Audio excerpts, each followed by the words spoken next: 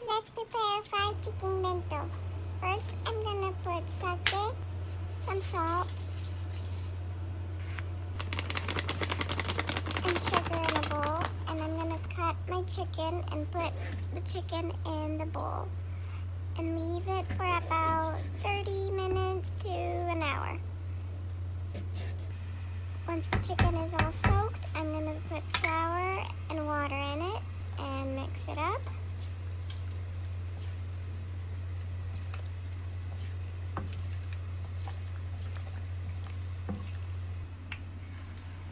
And fry them. I'm going to fry it for about 5 to 6, 7 minutes. In another pan, I'm going to put sugar, soy sauce,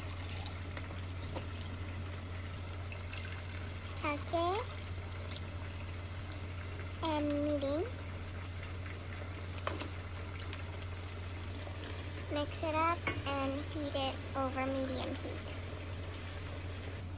Once the chicken is ready, I'm going to put the chicken into the pan and mix the sauce and chicken.